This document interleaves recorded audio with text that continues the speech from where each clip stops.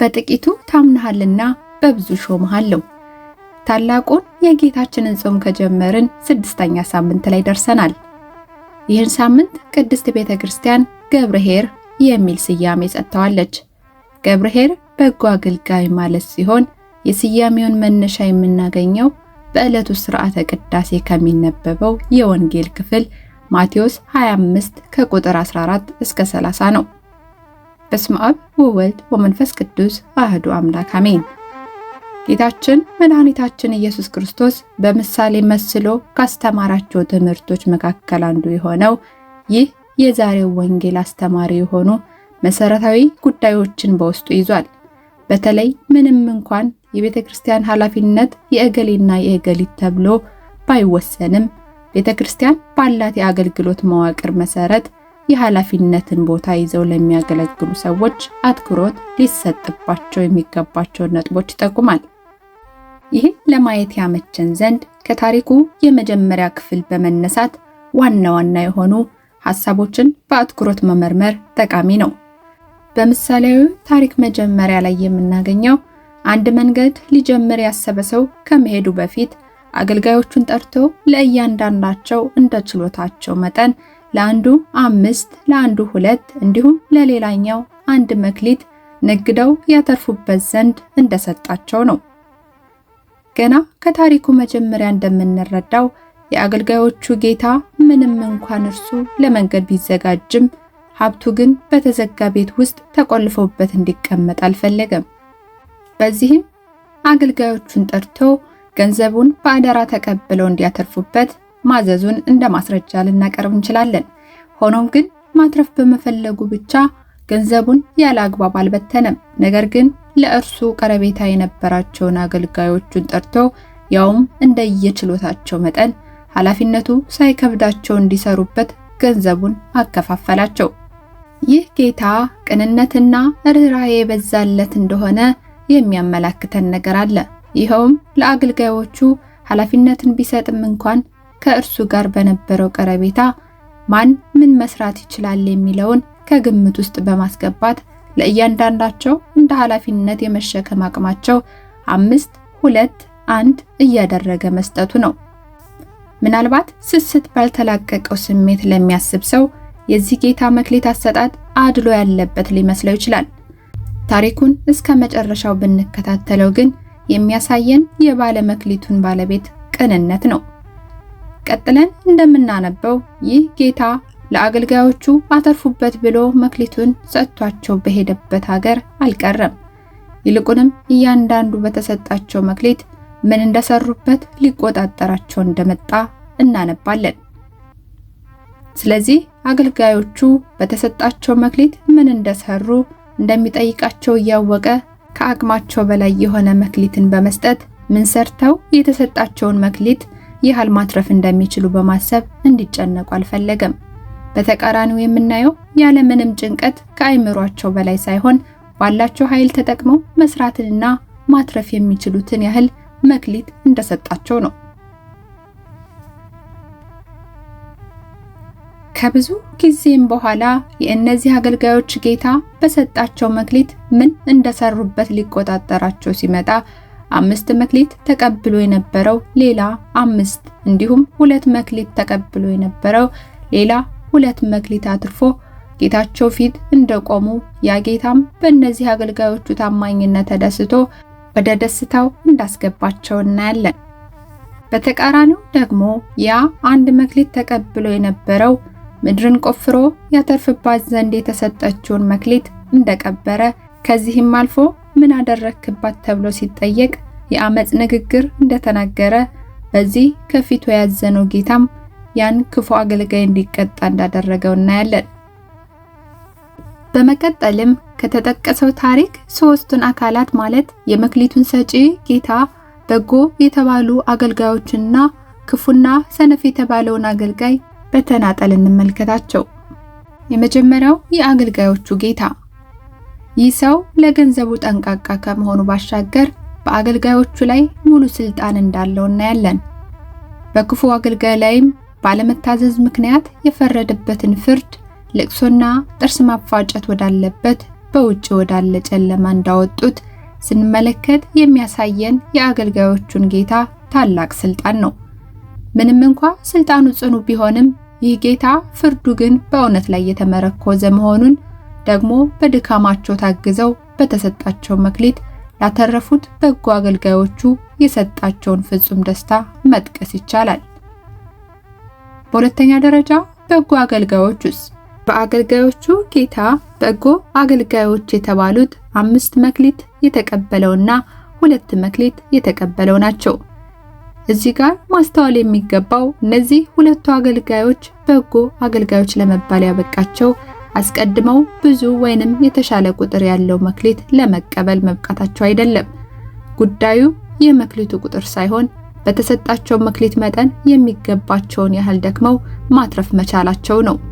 ወይንም ያ ባለ 1 መክሊት አገልጋይ ከሁለቱ ያሳነሰው ከአንድ በላይ መክሊት መቀበል የማይችል መሆኑ ሳይሆን በዚያቸው በአንዷ መክሊት እንኳን መስራት ባለመቻሉ ነው። ታዲያ ይህ ክፉና ሰነፍ አገልጋይ 3 የተባሉ መሰረታዊ ችግሮች አሉበት። የአገልጋዮቹ ጌታ ወደ መንገድ ሊሄድ በተዘጋጀበት ወቅት አገልጋዮቹን ጠርቶ ለእያንዳንዳቸው እንደ ችሎታቸው ገንዘቡን ሲሰጣቸው አትርፈው እንዲቆዩት ነው። ከላይ እንደተነጋገርነው እንደ አቅማቸው መስጠቱ አቅማቸው በፈቀደው የሥራ ደረጃ እንዲሰማሩ በማሰብ ነው። ይህ ሰነፍ አገልጋይ ግን ያደረገው ከታዘዘበት ዓላማ በተቃራኒው መልኩ ነው። ሊሰራበት የሚገባውን መክሊት ቀበረው። ይህም ለጌታው ትእዛዝ ያለውን ቸልተኝነት ያሳያል። ጌታው በመጣ ጊዜ አመጽ የተመላበት የሐሰት ንግግርም ተናግሯል። ከሄደበት ቦታ ተመልሶ ጌታው በተሰጠው መክሊት ምን እንዳደረገ ሲጠይቀው አንተ ካልዘራህበት የምታጭድ ካልበተንህበትም የምትሰበስብ ጨካኝ ሰው እንደሆነ አውቃለሁ፣ ስለፈራሁም ሄድሁና በምድር ውስጥ ቀበሩህ ሲል መለሰለት። ይህ ንግግር ከአመጽ ንግግርነቱ በተጨማሪ ውሸት አለበት። ምክንያቱም እርሱ እንዳለው ጌታው ካልዘራበት የሚያጭድ ካልበተነበት የሚሰበስብ ጨካኝ ቢሆን ኖሮ ያደርግ የነበረው ምንም መክሊት ሳይሰጠው ከነትርፉ 2 መክሊቶችን ይጠይቀው ነበር። ነገር ግን ተጽፎ የምናነበው ትርፉን ከመጠየቅ በፊት 1 መክሊት ሰጥቶት እንደነበረ ነው። ይህ ማለት ደግሞ አስቀድሞ ገንዘቡን ዘርቶ ነበር ማለት ነው። ስለዚህ ይህ ጌታ ዘርቷልና ማጨድ ይገባዋል፣ በትኗልና መሰብሰብም መብቱ ነው። እርሱ መስራት ሲሳነው እንኳን እድሉን ለሌሎች አልሰጠም። ይህ ሰው የተሰጠው መክሊት በትርፍ ሊመልስ እንደሚገባው ጠንቅቆ ያውቃል። ምክንያቱም ገና ሲቀበል ከጌታው የተቀበለው ትእዛዝ ነውና። ስለዚህ ምንም እንኳን መውጣት መውረዱ ቢከብደውም ወጥተው ወርደው ማትረፍ ለሚችሉ ሰዎች አለመስጠቱ ተጨማሪ ጥፋቱ ነው። ይህን እንዳያደርግ ያሰረው ደግሞ ውስጡ የተቀረጸው የአመጽ መንፈስ ነው። ጌታው መጥቶ ስለ ትርፉ ሲጠይቀው የሚመልስለት ረብ የለሽ ምክንያት እንደ መከላከያ አድርጎ ማሰቡ አይምሮ ሌላ አማራጭ እንዳያስብ የዘጋበት ይመስላል። የመጽሐፍ ቅዱስ መተርጉማን አባቶች የዚህን ምሳሌያዊ ታሪክ ምስጢር ሲያስተምሩ የአገልጋዮቹ ጌታ የፍጡራን ጌታ የሆነ የእግዚአብሔር ምሳሌ እንደሆነ እንዲሁም 3ቱ አገልጋዮች የተለያየ ደረጃ ያሉ ምዕመናንን እንደሚወክሉ ያስተምራል። ታዲያ ከዚህ ታሪክ የምንማራቸው ብዙ ቁም ነገሮች ቢኖሩም ለዛሬው 2 አብይ ጉዳዮች እንመልከት። የመጀመሪያው ለእያንዳንዳችን ከእግዚአብሔር የተሰጠ ስጦታ እንዳለ እንረዳለን። እግዚአብሔር እያንዳንዳችን በሃይማኖት ሆነን የምናፈራውን ፍሬ ይፈልጋል። ምንም እንኳን ከኛ ፍሬ ቢፈልግም ያን ፍሬ ማፍራት የምንችልበትን ኃይል ግን የእግዚአብሔርን ልጅነት ካገኘንበት ከዕለተ ጥምቀት ጀምሮ እንደሚያስፈልገን መጠን እየሰጠን ነው። ከእግዚአብሔር ዘንድ የተቀበልናቸው ስጦታዎች በቁጥር እጅግ ብዙ ቢሆኑም በአይነታቸው ግን ለሁለት ከፍሎ ማየት ይቻላል። የመጀመሪያው እያንዳንዱ ክርስቲያን በመወለድ ያገኘውን ምስጢር የእግዚአብሔር ልጅነት ጸጋና ከልጅነት ጋር በተያያዘ የሚሰጡ ስጦታዎች ናቸው።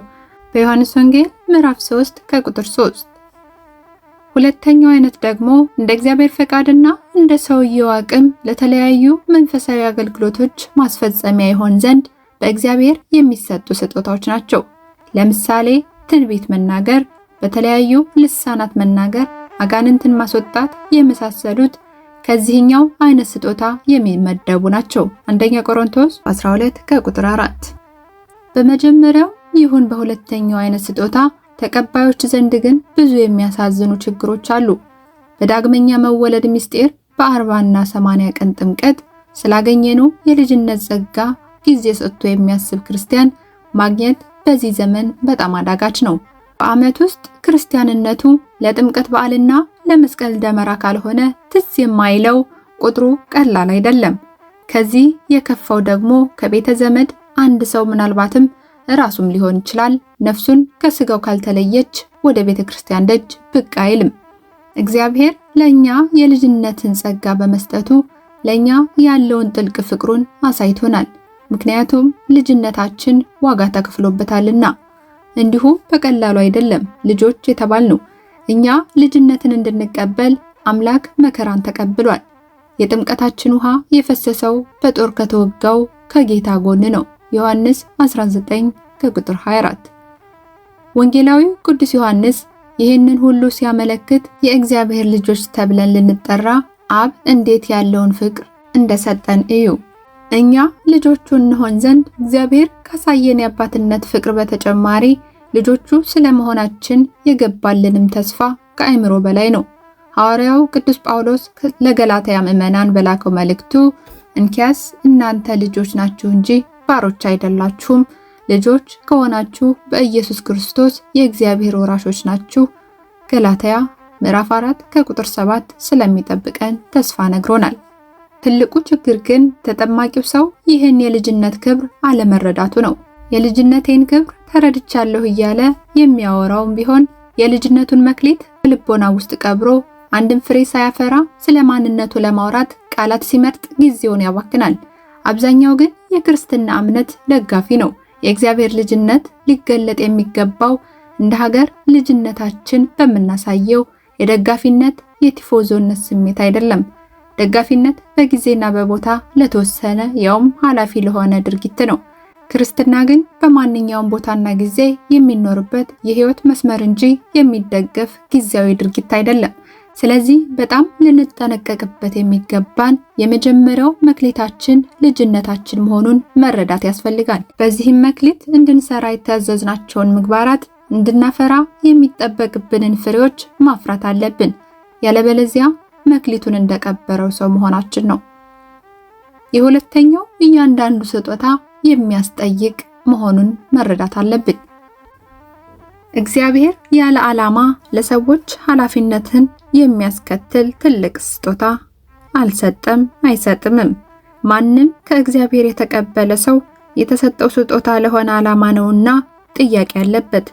ጠያቂው ደግሞ የስጦታው ባለቤት ራሱ እግዚአብሔር ነው። መንጋውን እንዲጠብቁለት ስልጣንና የተለያዩ የአገልግሎት ስጦታዎችን እግዚአብሔር የሰጣቸው አሉ። በዮሐንስ 21 ከቁጥር 15፣ ገላትያ ምዕራፍ 1 ከቁጥር 15 እስከ 16።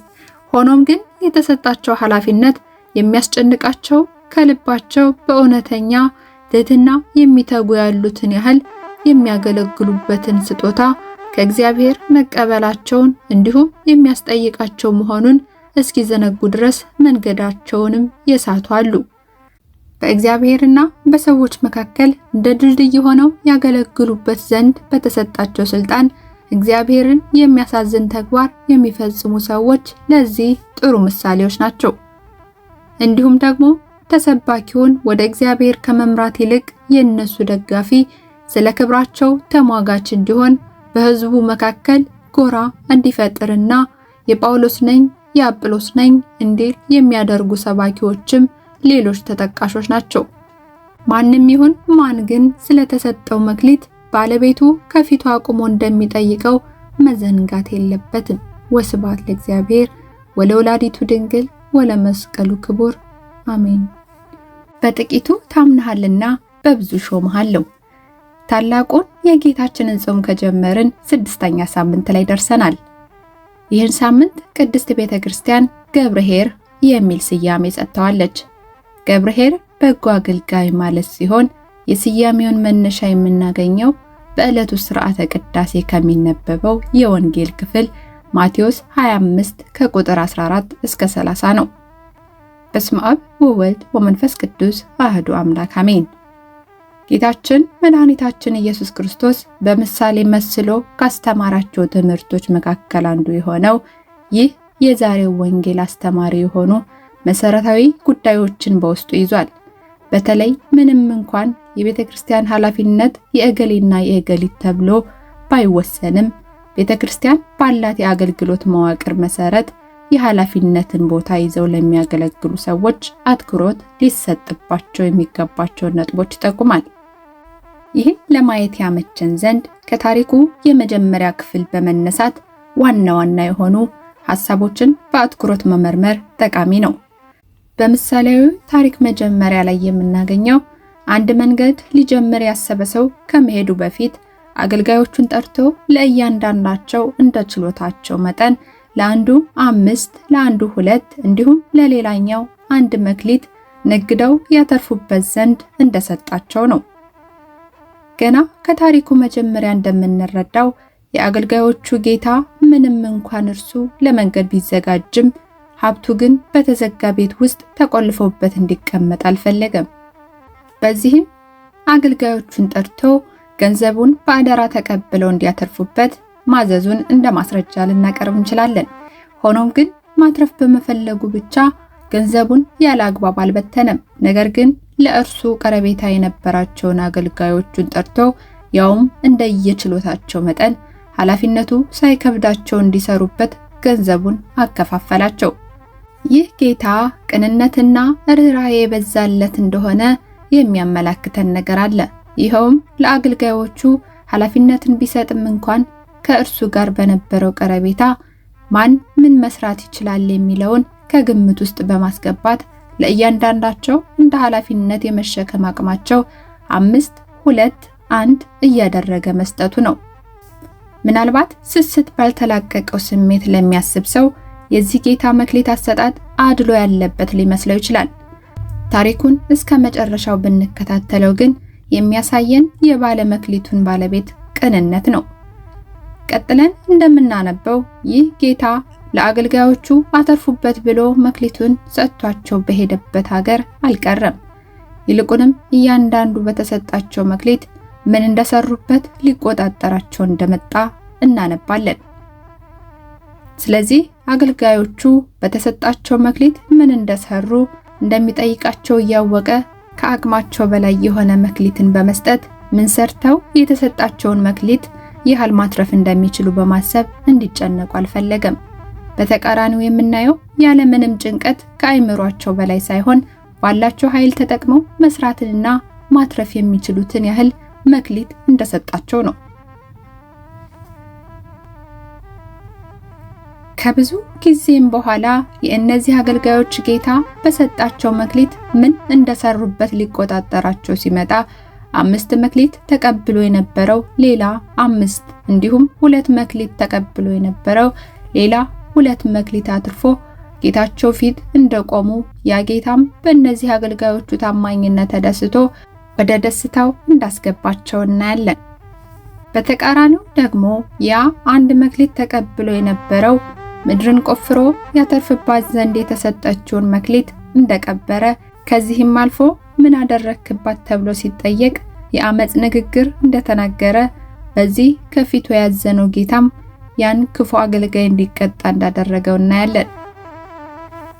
በመቀጠልም ከተጠቀሰው ታሪክ 3ቱን አካላት ማለት የመክሊቱን ሰጪ ጌታ፣ በጎ የተባሉ አገልጋዮችና ክፉና ሰነፍ የተባለውን አገልጋይ በተናጠል እንመልከታቸው። የመጀመሪያው የአገልጋዮቹ ጌታ። ይህ ሰው ለገንዘቡ ጠንቃቃ ከመሆኑ ባሻገር በአገልጋዮቹ ላይ ሙሉ ስልጣን እንዳለው እናያለን። በክፉ አገልጋይ ላይም ባለመታዘዝ ምክንያት የፈረደበትን ፍርድ ልቅሶና ጥርስ ማፋጨት ወዳለበት በውጭ ወዳለ ጨለማ እንዳወጡት ስንመለከት የሚያሳየን የአገልጋዮቹን ጌታ ታላቅ ስልጣን ነው። ምንም እንኳን ስልጣኑ ጽኑ ቢሆንም ይህ ጌታ ፍርዱ ግን በእውነት ላይ የተመረኮዘ መሆኑን ደግሞ በድካማቸው ታግዘው በተሰጣቸው መክሊት ላተረፉት በጎ አገልጋዮቹ የሰጣቸውን ፍጹም ደስታ መጥቀስ ይቻላል። በሁለተኛ ደረጃ በጎ አገልጋዮቹስ በአገልጋዮቹ ጌታ በጎ አገልጋዮች የተባሉት 5 መክሊት የተቀበለውና 2 መክሊት የተቀበለው ናቸው። እዚህ ጋር ማስተዋል የሚገባው እነዚህ ሁለቱ አገልጋዮች በጎ አገልጋዮች ለመባል ያበቃቸው አስቀድመው ብዙ ወይንም የተሻለ ቁጥር ያለው መክሊት ለመቀበል መብቃታቸው አይደለም። ጉዳዩ የመክሊቱ ቁጥር ሳይሆን በተሰጣቸው መክሊት መጠን የሚገባቸውን ያህል ደክመው ማትረፍ መቻላቸው ነው። ወይንም ያ ባለ 1 መክሊት አገልጋይ ከሁለቱ ያሳነሰው ከአንድ በላይ መክሊት መቀበል የማይችል መሆኑ ሳይሆን በዚያችው በአንዷ መክሊት እንኳን መስራት ባለመቻሉ ነው። ታዲያ ይህ ክፉና ሰነፍ አገልጋይ 3 የተባሉ መሰረታዊ ችግሮች አሉበት። የአገልጋዮቹ ጌታ ወደ መንገድ ሊሄድ በተዘጋጀበት ወቅት አገልጋዮቹን ጠርቶ ለእያንዳንዳቸው እንደ ችሎታቸው ገንዘቡን ሲሰጣቸው አትርፈው እንዲቆዩት ነው። ከላይ እንደተነጋገርነው እንደ አቅማቸው መስጠቱ አቅማቸው በፈቀደው የሥራ ደረጃ እንዲሰማሩ በማሰብ ነው። ይህ ሰነፍ አገልጋይ ግን ያደረገው ከታዘዘበት ዓላማ በተቃራኒው መልኩ ነው። ሊሰራበት የሚገባውን መክሊት ቀበረው። ይህም ለጌታው ትእዛዝ ያለውን ቸልተኝነት ያሳያል። ጌታው በመጣ ጊዜ አመጽ የተመላበት የሐሰት ንግግርም ተናግሯል።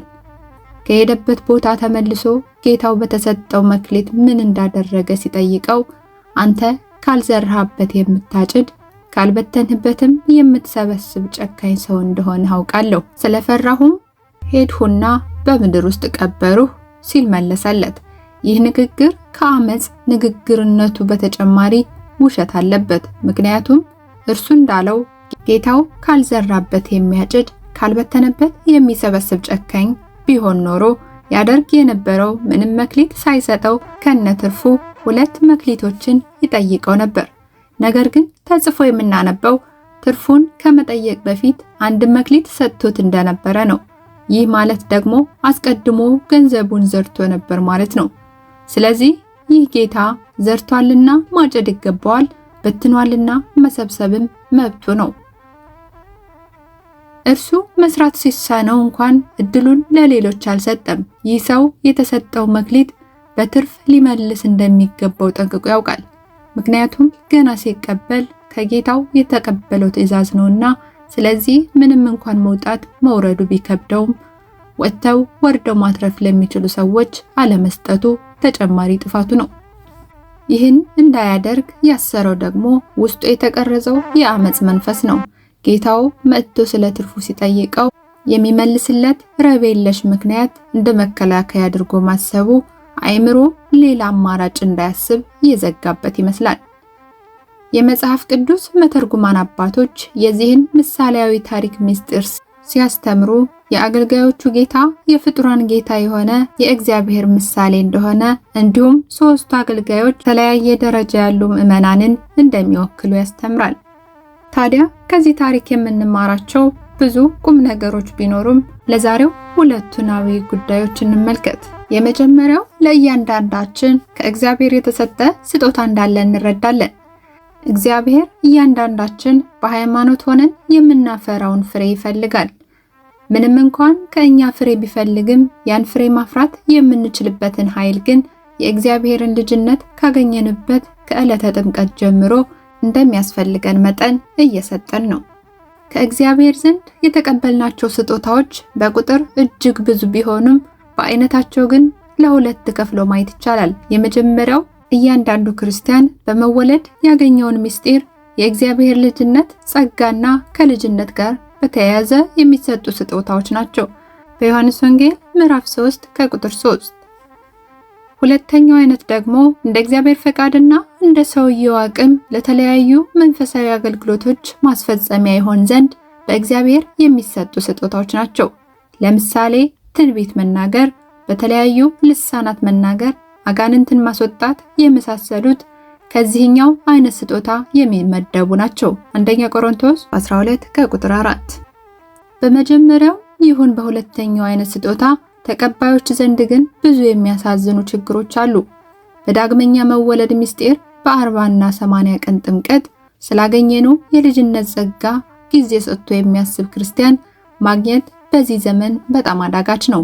በዓመት ውስጥ ክርስቲያንነቱ ለጥምቀት በዓልና ለመስቀል ደመራ ካልሆነ ትዝ የማይለው ቁጥሩ ቀላል አይደለም። ከዚህ የከፋው ደግሞ ከቤተ ዘመድ አንድ ሰው ምናልባትም ራሱም ሊሆን ይችላል ነፍሱን ከስጋው ካልተለየች ወደ ቤተ ክርስቲያን ደጅ ብቅ አይልም። እግዚአብሔር ለኛ የልጅነትን ጸጋ በመስጠቱ ለኛ ያለውን ጥልቅ ፍቅሩን አሳይቶናል። ምክንያቱም ልጅነታችን ዋጋ ተከፍሎበታልና። እንዲሁ በቀላሉ አይደለም ልጆች የተባልነው። እኛ ልጅነትን እንድንቀበል አምላክ መከራን ተቀብሏል። የጥምቀታችን ውሃ የፈሰሰው በጦር ከተወጋው ከጌታ ጎን ነው። ዮሐንስ 19 ከቁጥር 24። ወንጌላዊው ቅዱስ ዮሐንስ ይህንን ሁሉ ሲያመለክት የእግዚአብሔር ልጆች ተብለን ልንጠራ አብ እንዴት ያለውን ፍቅር እንደሰጠን እዩ። እኛ ልጆቹ እንሆን ዘንድ እግዚአብሔር ካሳየን የአባትነት ፍቅር በተጨማሪ ልጆቹ ስለመሆናችን የገባልንም ተስፋ ከአእምሮ በላይ ነው። ሐዋርያው ቅዱስ ጳውሎስ ለገላትያ ምዕመናን በላከው መልእክቱ እንኪያስ እናንተ ልጆች ናችሁ እንጂ ባሮች አይደላችሁም፣ ልጆች ከሆናችሁ በኢየሱስ ክርስቶስ የእግዚአብሔር ወራሾች ናችሁ። ገላትያ ምዕራፍ 4 ከቁጥር 7 ስለሚጠብቀን ተስፋ ነግሮናል። ትልቁ ችግር ግን ተጠማቂው ሰው ይህን የልጅነት ክብር አለመረዳቱ ነው። የልጅነቴን ክብር ተረድቻለሁ እያለ የሚያወራውም ቢሆን የልጅነቱን መክሊት በልቦና ውስጥ ቀብሮ አንድም ፍሬ ሳያፈራ ስለ ማንነቱ ለማውራት ቃላት ሲመርጥ ጊዜውን ያባክናል። አብዛኛው ግን የክርስትና እምነት ደጋፊ ነው። የእግዚአብሔር ልጅነት ሊገለጥ የሚገባው እንደ ሀገር ልጅነታችን በምናሳየው የደጋፊነት የቲፎዞነት ስሜት አይደለም። ደጋፊነት በጊዜና በቦታ ለተወሰነ ያውም ኃላፊ ለሆነ ድርጊት ነው። ክርስትና ግን በማንኛውም ቦታና ጊዜ የሚኖርበት የህይወት መስመር እንጂ የሚደገፍ ጊዜያዊ ድርጊት አይደለም።